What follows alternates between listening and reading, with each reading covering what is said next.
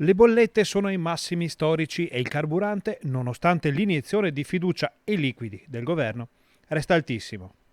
Una situazione devastante per famiglie e imprese che mette in condizioni chi governa di dover intervenire nuovamente e in tempi rapidi. È un dramma quello dell'energia, così come quello del carburante. Tutti noi quando andiamo alla pompa di benzina restiamo sconvolti di fronte al costo.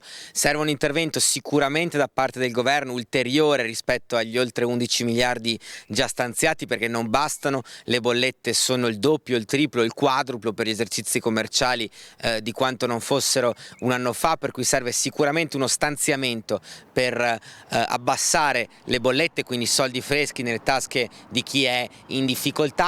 Secondo il PD serve anche un intervento sul fronte energetico. Per esempio noi abbiamo chiesto alla Regione di stanziare subito almeno 50 milioni per gli impianti di fotovoltaico per le piccole e medie imprese del Veneto, che sono quelle in questo momento più strozzate.